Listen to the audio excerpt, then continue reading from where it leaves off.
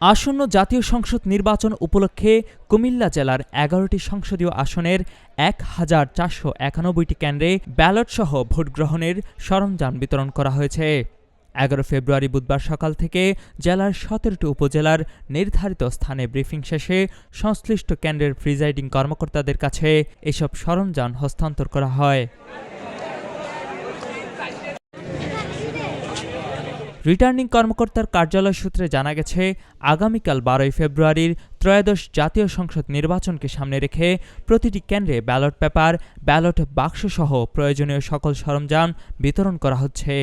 সকাল ১০টা থেকে প্রিজাইডিং কর্মকর্তাদের নেতৃত্বে সহকারী প্রিজাইডিং কর্মকর্তা, পোলিং অফিসার, পুলিশ ও আনসার সদস্যরা সরঞ্জাম গ্রহণ করেছেন।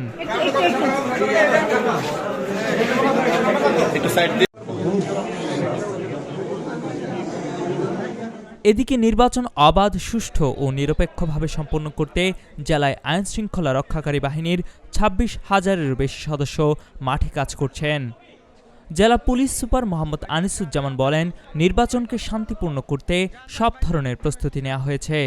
পুরো জেলায় ৩,৯৫৯ জন পুলিশ সদস্য দায়িত্ব পালন করবেন। জেলার রিটার্নিং কর্মকর্তা ও জেলা প্রশাসক মোহাম্মদ রেজা হাসান জানান, নির্বাচনে ৭৩ জন নির্বাহী ম্যাজিস্ট্রেট ও ২৫ জন জুডিশিয়াল ম্যাজিস্ট্রেট দায়িত্ব পালন করছেন।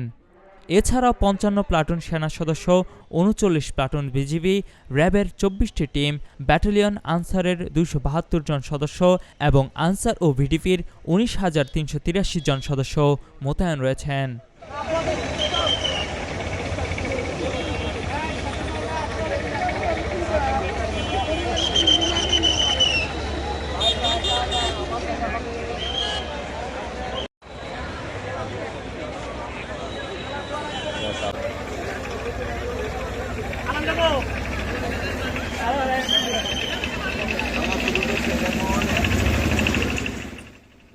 কুমিল্লার কাগজ, নিউজ ডেস্ক।